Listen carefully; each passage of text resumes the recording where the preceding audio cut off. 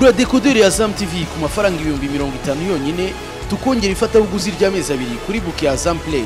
Ushobora kandi kugura abonnement ukoresheje MTN Mobile Money, Airtel Money na Tigo Cash ndetse no kubaduhagarariye mu gihugu hose. Azam TV, imyidagaduro kuri bose.